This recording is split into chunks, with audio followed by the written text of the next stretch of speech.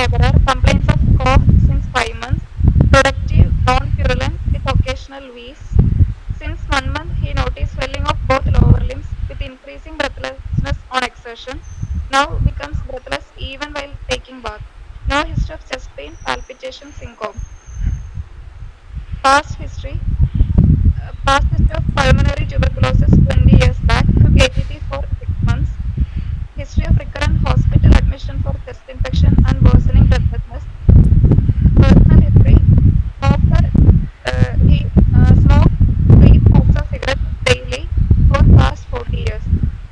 On examination, Wait, wait, wait, BMI wait, wait, 7. wait, wait, wait. From history, what do you make out? Uh, Sir, from history, he is having chronic obstructive pulmonary disease. Yes. Why do you say so? Sir, age of the patient, he is an old male, 60-year-old male, But he had and history of TB in the past. So can this be only tuberculosis? uh, Can be tuberculosis? it can be reactivation of tuberculosis. Yes, it can be reaction to tuberculosis. Why do you say it is a COPD? Uh, Sir, he is having cough for 5 months. It is a productive cough with occasional wheeze. Why do you say it is not bronchiectasis? Bronchiectasis usually have purulent sputum. During He's infection, having purulent. Otherwise, it can be uh, mucoid. Quantity of the sputum is not given, and postal variation is not given. So you think it's unlikely. Am I right? yes, sir. Can it be bronchial asthma? Uh, Bronchial asthma usually non-productive sputum. Dry cough is usually seen with bronchial asthma. But there is infection. They may have. You can get sputum. Yes. Yes, yes, sir. Hmm. Can this be something like allergic bronchopulmonary aspergillosis? Can all have more or less same symptoms. Yes, These will be there. Okay. So you have a couple of differential diagnoses with you. So which is the first diagnosis? first diagnosis is COPD, COPD. Okay. Second diagnosis? bronchiectasis. Yes. Can you explain edema on this diagnosis? Yes, sir. He is having productive sputum for a long time. So due So to hypoalbuminemia, hypoalbuminemia because of sputum production is seen in conditions like bronchiectasis where sputum amount is copious. yes, sir. Okay, sir. Lung abscess can have, but not simple COPD. So Yes, why sir. do you get edema here? Uh, uh, in this patient, he might have developed right heart failure Secondary secondary to to COPD core lung pulmonale. disease. Okay. Or, So you think it's core pulmonale is a possibility here. Okay, fine. Then yes, sir. Uh, examination findings. on examination, Smoking, you said something, no? Smoking. yes. He is a smoker. It is also Did you calculate the pack years or something like that? three. He is smoking 3 packs per day for 40 years. Though pack years is 120 pack years. 120 pack years. Okay, right. On examination, his BMI is 17 kilogram per meter So square. how do you explain that? Uh, the patient is emaciated. And I know emaciated. Why he is emaciated? Uh, he is having a chronic disease. Chronic disease. Any other possibility here? Is it Sir, likely that he has got tuberculosis reactivation? it is a It can be. possibility. It can be a simple malignancy. Malignancy is a possibility. Malignancy is a possibility. So there are other options. How does COPD patients look like usually? Usually, they are waist No, there are two types. When there are pink puffers, they are wasted, and blue bloater will bloated up, chunky, obese, Blue blood, overweight. bloated. Okay, so he is not blue. Here this machine is emaciated. Okay, what else? Sir, examination findings. Okay, Respiratory rate is 24 per minute. His activity. Accessory muscles of respirations are prominent. okay, Temporal hollowing. okay. No flap. No flap. No flapping Pallor, tremor. Okay. pallor present. Pallor Bilateral is present. edema present. Okay. Uh, Respiratory system. JVP, JVP, any mention? JV, CVS JVP is elevated. Elevated. 20 meters. Okay. What wave pattern? Prominent, Wave pattern? prominent A wave, palpable P2. Sorry, prominent Prominent A wave is AV. What does it indicate to you? uh, Pulmonary hypertension. right. Which is the wave? Which is the wave you are looking for in a case of COPD? Classical wave in JVP in COPD patients. Classically, when there is a COPD, you get pulmonary hypertension. So it reflects on your right heart. It dilates. First it hypertrophies, then it dilates. When it dilates, the valvular ring also dilates. So you will have tricuspid regurgitation. So what do you expect to find in JVP?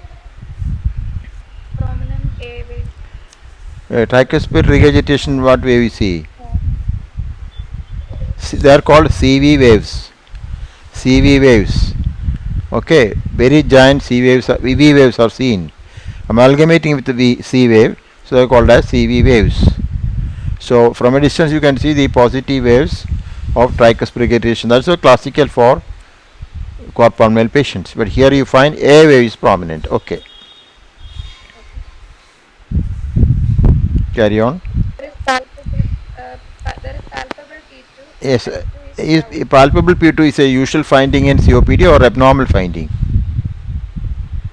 It is a usual finding in In COPD. when there is emphysema, basically P2 may not be felt. If you feel it, very good. That's all. You don't expect it to be felt. Okay, then Chest expansion 3 centimeters. chest expansion 3 centimeters. Yes, Percussion resonant. Auscultation. percussion is resonant. Yes, Resonant. Auscultation. Vesicular breath sounds reduced bilaterally. Wheeze. Uh, wheeze present. is present. Okay, right. Yes, is present. Okay, then Sir, examination findings are over. so based upon your examination findings, what do you think this patient is having? Patient is having COPD. Uh, it's bronchitis. Acute bronchitis, or chronic bronchitis? Chronic So you bronchitis. think there's chronic bronchitis? Yes. What else?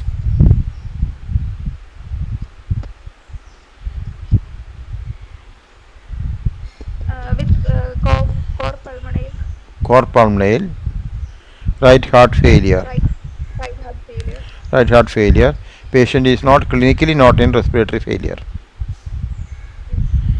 Clinically not in respiratory failure. So what are the investigations you plan in this patient?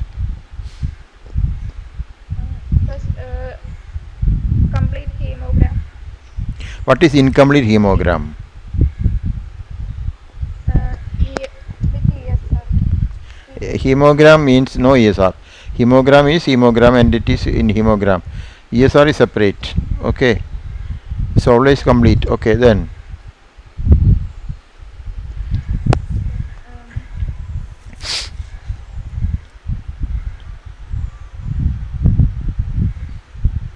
Okay. Is for you. chest X-ray. Chest X-ray, what do you expect to find in this case? In right heart failure, we expect cardiomegaly.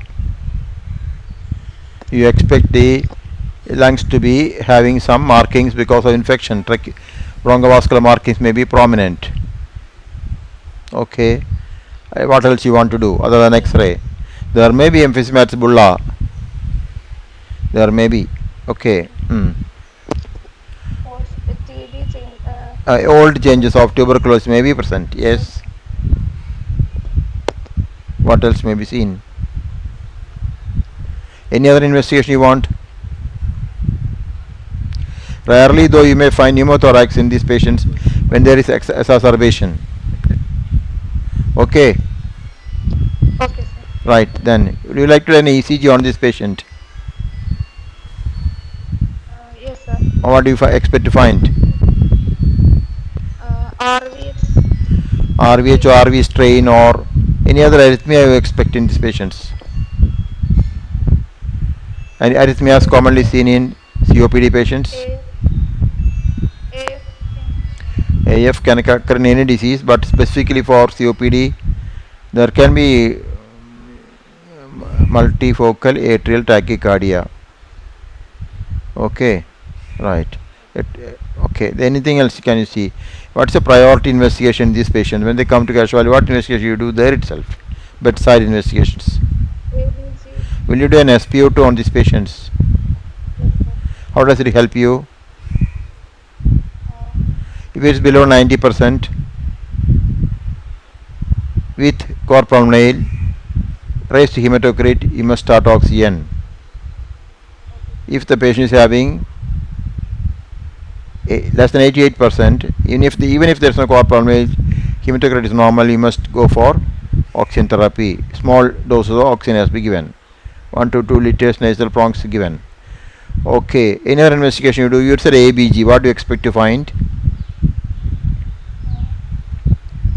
Uh, Respiratory acidosis. Respiratory acidosis as evidenced by low pH, Low yes, pH.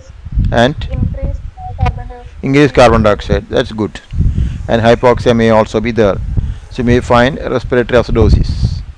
Respiratory acidosis is a feature of acute or chronic disease Acute or chronic disease.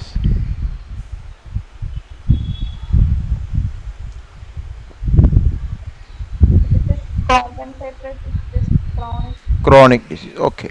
Any other investigation you want? You said hemogram, you wanted X-ray, you wanted ECG, SpO2, and ABG. SpO2 must take precedence over other investigations. As a patient come to the OP or the casualty, must do the SpO2 and maybe ABG also. Rest of things follows. Hemogram, of course, X-ray, ECG, everything together. Okay. Anything else you want to do on this patient? So, how do you proceed further? Would you like to Uh, check his liver function test by any means? uh, yes, sir. Why? It, uh, serum albumin level. Serum albumin level. The COPD has no direct connection. It may be just like indirect connection. So, In right heart failure, is like there any role for alpha 1 antitrypsin deficiency in COPD patients? yes, sir. In emphysema, Yes, you can have. So, what type of transmission this alpha 1 antitrypsin deficiency has got?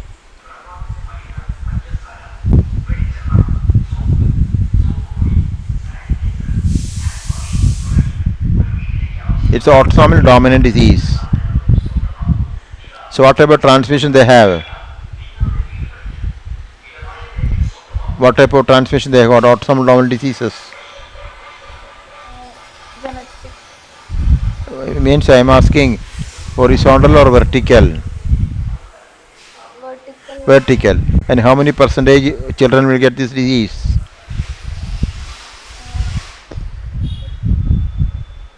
uh, 50%. 15%. 50%. So what is the function of this alpha 1 antitrypsin deficient antitrypsin? What does it do? It is an elastase. It will degrade elastin. Okay. So how many phenotypes are there? So it destroys the elastase produced by neutrophils. How many types are there? Phenotypes. Depending upon their electrophoretic mobility, they are called as medium, slow, and very slow. Medium is represented by M, and slow is represented by S, and very slow is represented by Z. So the phenotypes can be MM, which is normal, MS, SS, MZ, SZ, and ZZ. ZZ and SZ are said to be very severe types of deficiencies. Okay, sir. So where is this synthesized from? Um,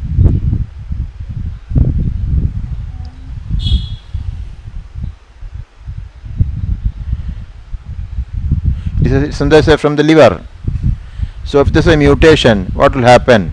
The configuration of this alpha 1 antitrypsin will be changed, and once it is synthesized, it passes to the lungs. It permeates the alveoli, interstitium, and destroys the elastocyte. Okay, so okay, you can estimate the level and find out. A normal level is said to be 11.1, I think it's nanogram, I'm not sure, nanogram per deciliter, something like that. Okay, okay, sir. so it produces panacenar type of emphysema with a predilection for the lower lobes, more severe for people who tend to smoke, and then runs in families. So family history is important in these patients. Many members have got same problem of respiratory problem, also always think about it. Okay, Okay, so sir. the alpha 1 antitrypsin may accumulate in the liver, and that's how it produces hepatocyte injury, and some of them even can get for chronic liver disease. So Okay, sir. if can confirm that it is deficient, there's a provision for replacing the alpha 1 antitrypsin by weekly doses you can give. Okay, and Okay, sir. ideal treatment for this patient will be transplant the lungs if you don't have replacement.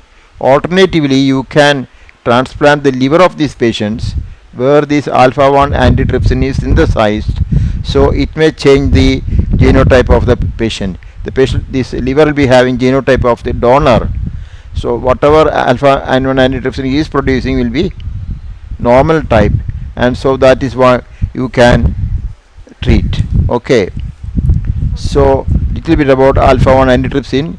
You must know different phenotypes and what are the combinations and what's the basis of these things.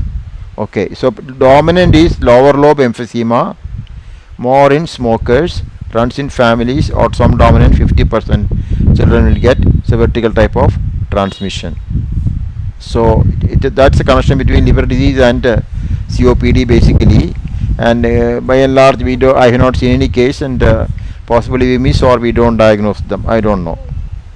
Okay, so okay, sir. what is the severity of this patient's illness? His dyspnea can be Is there any way to grade. grade it? Yes, sir. What is board index? BODE. BOD. Board index. One is you take Yeah. into consideration body mass index, Yes. amount of obstruction, then grade of dyspnea, and the effort tolerance. Based upon that, you can classify them into different grades. Okay. Okay. So any other investigation pending? So you have completed almost all investigation.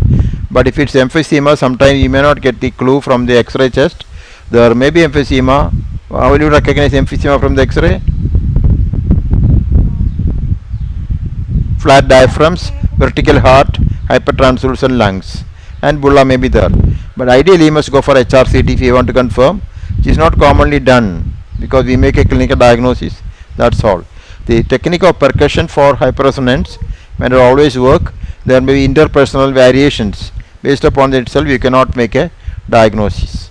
So once you have taken the measures to treat the patient, and what's your next step?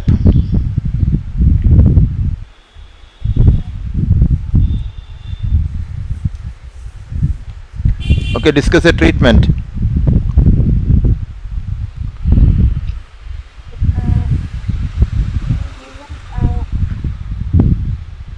I cannot hear uh, you. Speak loud. sir, when he present in casualty with acute exacerbation, we will give him oxygen. What's the criteria for oxygen? If SpO2 is less than 90, If the SpO2 they is will less give than 90 and if the patient is also having high hematocrit, yes, or I think others have to switch off their mic, and they must go to mute stage, only the person who presents, otherwise lot of noise is being heard. Okay, so Vishnupriya only speak, others switch off. Okay, go to mute form please. So if your oxygenation is less than 98 90, and if there's a 90. corpuscle or hematocrit elevation, you go for with oxygen. Otherwise below 88 you must give oxygen. How much you give? According to the severity, Yes, can start uh, with up 2. up to how many liters can you give?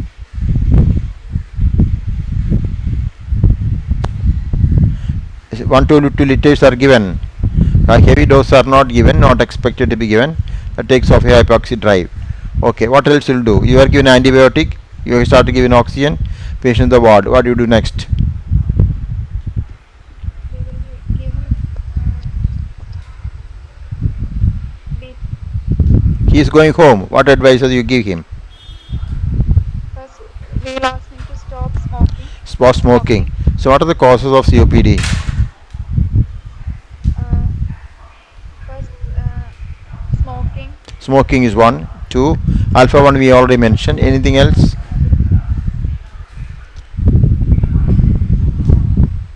There may be other hazards, maybe related to occupation, chemicals is exposed to, environment is working.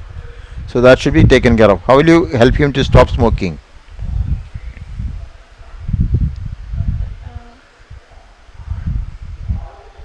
Sir, there are drugs which help him. Drugs. Tell about the drugs you use for smoking cessation.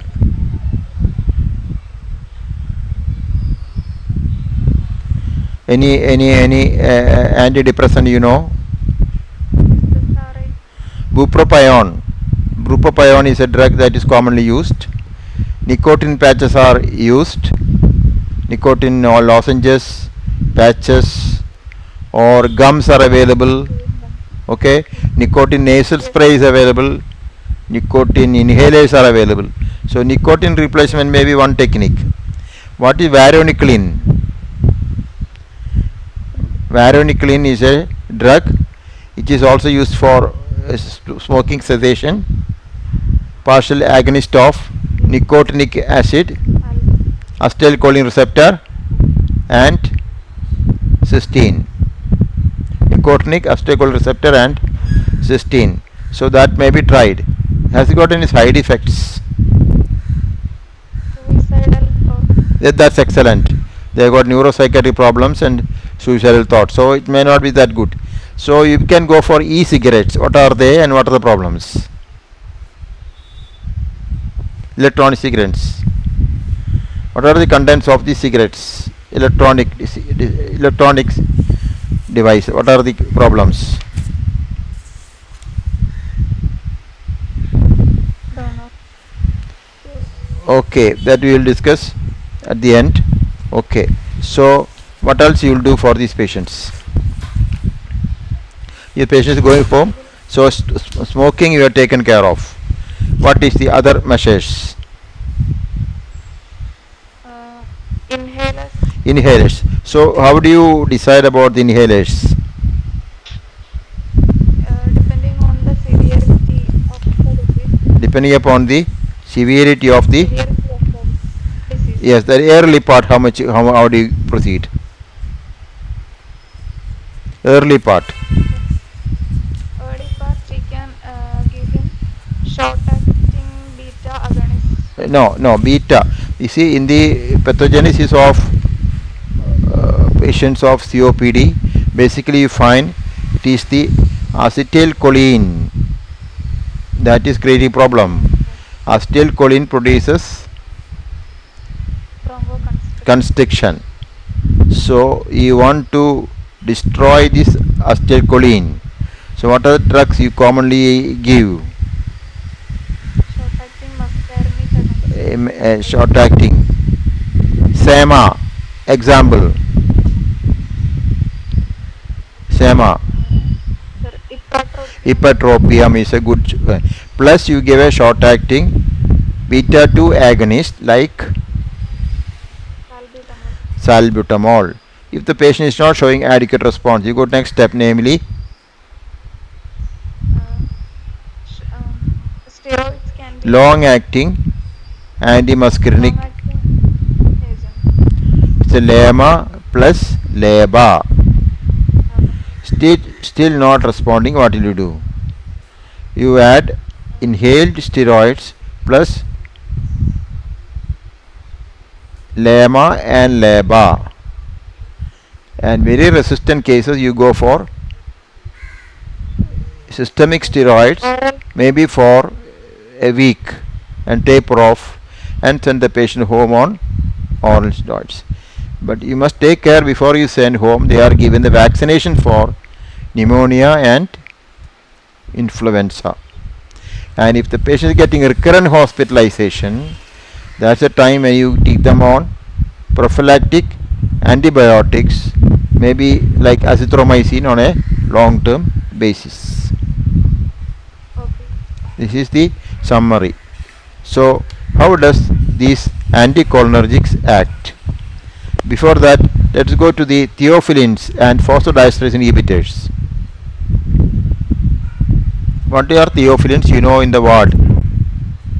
Name some theophylline in the ward. Sir, derif- Deriphyllin is one. deriphyllin, Aminophylline is another derivative. Theophylline, ethylene, diamine is aminophylline. So how is aminophylline given? Aminophylline is commonly given to the patient is pretty bad. It is given as a slow IV. Why is it given slow? can cause cardiac problems. Cardiac problems and can produce seizures. So it has to be given very carefully. Slowly. So side effects of aminophylline: Uh, seizures, tachycardia. anorexia, nausea, vomiting, as theophylline accumulates. And theophylline is also excreted through kidneys. So if there is a renal impairment, again is a problem. Then serious side effects are on the heart and the brain that you already mentioned. So ideally it must be monitored and then given. Okay, how does it act? How does it act? It's basically acting through phosphodiesterase enzyme by preventing the breakdown of cyclic AMP and elevating its level inside the cell. Now, how does the beta 2 agonist act? In the respiratory tract, it has So, beta. so the beta stimulation actually increases the cyclic AMP level. Cyclic AMP level. Okay. So, basically what happens is there's something called as myosin light chain kinases. Myosin light chain kinases. So MLCK, they are called MLCK. This is actually stimulate the myosin and that produces contraction of the bronchial muscle. And when you elevate the levels of cyclic AMP inside the cell, it will be acting against, it deactivates this enzyme myosin light chain kinase. So the contraction of the muscle can be counteracted. Okay, so that is how it is acting. And how does steroids act? Oral steroids. Uh, they reduce the inflammation. They are acting on the mast cells. Mast cells are producing cytokines. No, it inhibits the production of cytokines and that's how it reduces the amount of white cells in the site of inflammation. White cell will be migrating there and produces chemokines, and inflammation is produced. So steroids suppresses the inhibits the cytokine. Cytokines bring out the cells. Cells produce inflammation. So the cycle is taken care of by steroids. Steroid. Okay. So Okay. the actions of different drugs are acting through different fashions. Whatever it is, COPD is a irreversible disease. So the management of COPD is quite cumbersome. If none of these measures fail, what are your options? Before you send the patient home, you have to educate the patient what COPD is, what produces it, rehabilitate. What are the methods of rehabilitation?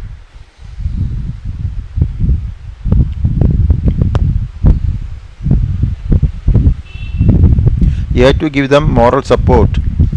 Some psychologist must talk to them. And you said the body mass index is very low. He must get high protein diet. And then there are standardized programs for rehabilitation of these patients.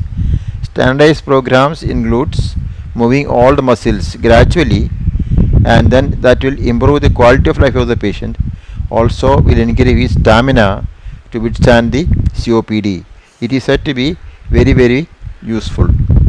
So you have to rehabilitate. In spite of all these measures, patient still fails. So what are surgeries you can go ahead with it?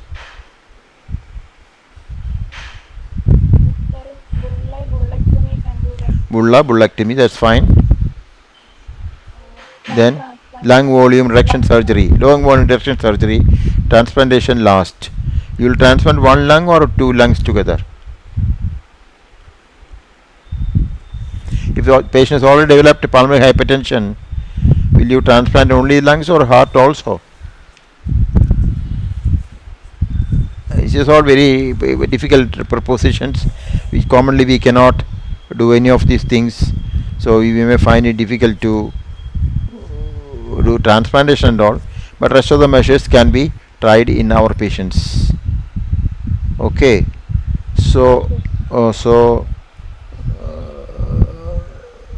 I think I will wind up here and then ask others to take over. Naveen, you are here. Sir. പറയൂ. So your final diagnosis is COPD, right? Yes. So tell me, what is the latest class? How do you classify COPD? Mm. Uh, Yeah, sir. Mild, moderate, severe. pardon. Mild, moderate, severe. Okay. Based on what? Based on broad index. Board index. No, actually, there are two classification systems. So earlier, the gold classification system was used to Okay. classify COPD based upon the FEV1 parameters. Okay. Okay. You used to Oh, divide okay. into gold category 1, 2, 3, 4. That is based on FE V1 parameters. Okay. Okay. Okay, sir. Gold stands for Global Initiative for Obstructive Lung Diseases. Okay. So Okay, sir. there, if it is less than 30%, it is gold category 4. Between 30 to 50, it was category 3. 50 to 80 will be category 2. And more than 80% will be category 1. Okay. Okay. Okay. But now you have the clinical classification system. So basically, you on the x-axis you have the symptoms of the patient, and on y-axis you have the number of exacerbations. Okay. Okay. So Okay. if you get the COPD patients, these are the two things you need to know. First, you need to know how symptomatic the patient is. To know how Okay. much symptomatic the patient is, there are various questionnaires or tools that are used. One of the most commonly used tool is known as the CAT score, CAT. That is COPD assessment tool. It is known as CAT score. Okay. Okay. So there's a cutoff value. If it is more than 10, that means the patient's severity is more. If if the CAT score is less than 10, the patient is less severe. Symptoms are less severe. Okay. Okay. So that is on the x-axis. On the y-axis, you have the number of exacerbations in 1 year. Okay. So the exacerbations, if it is more than 2 per year, you take it as severe exacerbations, and if it is less than 2 per year, not requiring any hospitalization, you tell the patient has got mild exacerbation. Okay. So basically, Okay. category A will be patients with less symptoms and less exacerbations. That is, CAT score will be less than 10, and number of exacerbations will be less than 0 or 1. Two. That is basically less than 2, Okay. not requiring Okay. hospitalization. That is COPD category A. Yeah. Category B will be the ones who are more symptomatic. Their CAT score will be less than, their CAT score will be more than 10. They are more Okay. symptomatic, but their exacerbations will be less. So again, it is less than 2 exacerbations per year. That is 0 or 1 exacerbations, but they are more symptomatic than category A. Okay. Category C Okay, will sir. be patients' symptoms will be less. CAT score will be less than 10, but their exacerbations will be very high. They'll be having more than 2 exacerbations per year, or at least 1 exacerbation requiring hospitalization. Okay. Okay. And category D are Okay. those patients that are very symptomatic, plus they have very severe exacerbations. That is, their CAT score will be more than 10, plus they have more than 2 exacerbations per year, or at least 1 exacerbation requiring hospitalization. Okay. So Okay. this is the latest classification. So just go through that. Just Google, so you'll get a picture what I've told on x-axis and y-axis. So based on Okay, sir. this, the treatment is also basically the gold guidelines. Actually, there are this COPD. The guidelines are initiated by gold, whereas for asthma it is by GINA. So the gold guidelines, basically the treatment is given for this category A, B, C, and D. So as we already told, for category A, the treatment will be short-acting bronchodilators for category A, Okay. because they are Okay. very less symptomatic, as well as their exacerbations are also less. Whereas for category B, what do you give? Category, the mainstay of treatment is long-acting bronchodilators, Bronchodilator. predominantly muscarinic is basically LAMA, like your Okay. long-acting, not ipratropium. Long. Ipratropium is a short-acting. So long-acting LAMAs, basically your tiotropium bromide and all those things. There, Okay. in between, if the patient is symptomatic, you can give SOS plus or minus short-acting SABAs you can give. And for Okay. category C, you basically give your LABA plus LAMA, or you can combine either one of them with inhaled corticosteroids. Okay. Okay. And for Okay. category D, it is basically triple therapy. You have to combine your LAMA plus LABA plus inhaled corticosteroids. So one thing to note here is that corticosteroids have only specific indications in COPD, whereas corticosteroids are the cornerstone treatment for the management of asthma. Even from stage 1, you Okay. can start inhaled corticosteroids alone for asthma. But Okay. inhaled corticosteroids or systemic steroids alone is not used in the treatment of COPD. It is used COPD. only as an adjuvant, especially in category C and D, and also during exacerbations. You can give, Inhaled. yeah, you can give, in case of exacerbations, we can give systemic corticosteroids. Basically, you give Isolon, 30 mg for a period of 5 days, and you take blood off. Okay. Okay, sir. Yes, sir. So that is basically regarding the management medicine. Okay, fine. Can you tell the definition of an exacerbation of COPD?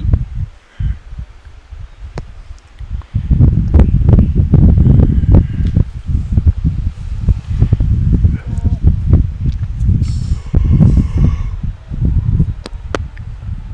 SpO2, the saturation, oxygen saturation less than 90.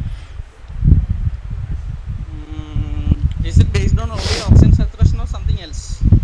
Respiratory rate. Basically defined as any respiratory symptom that is out of the normal variation, day-to-day variation of the patient. So you have 3 parameters to assess the exacerbations. It can be either the cough, it can be a sputum production, or it can be the dyspnea. All these things for a COPD patient will vary from day to day, but there is a normal day-to-day variation. If you have any of this out of proportion to normal day-to-day variation of either the cough, the sputum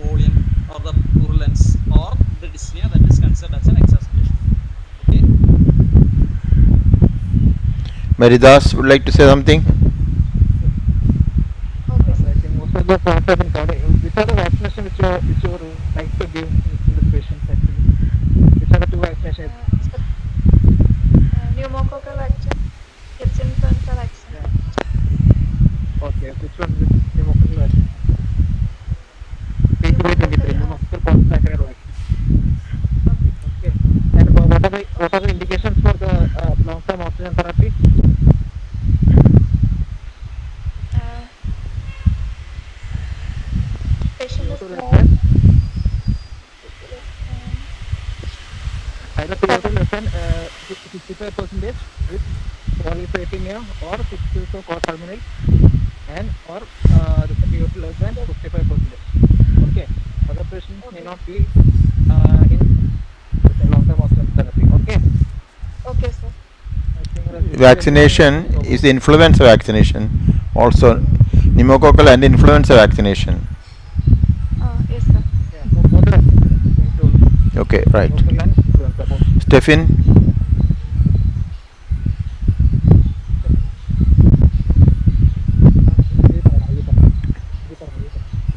anything left over? Hello. Sir, No, sir. I think just the indication for long-term you have already told. Okay, let's go to pathology. What is the pathology of the coronary bronchitis and what is the pathology in emphysema?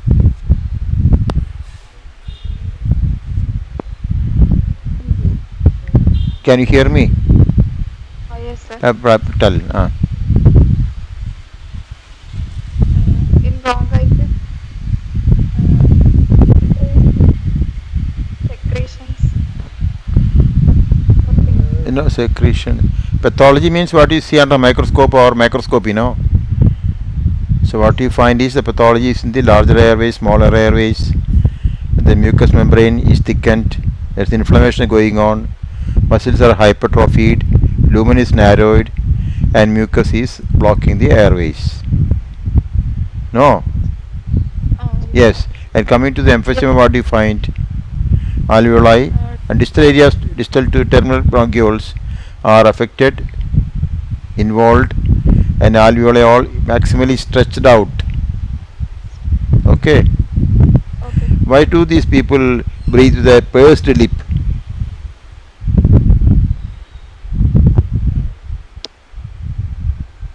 Pursed lip breathing Uh, to increase the intrathoracic pressure and keep the airways patent so that it do not collapse on recoil. okay. So it prolongs expiration and helps the patient to breathe out. Okay. Okay, sir. So I think we will wind up this session and then pass on to the ECG and X-ray.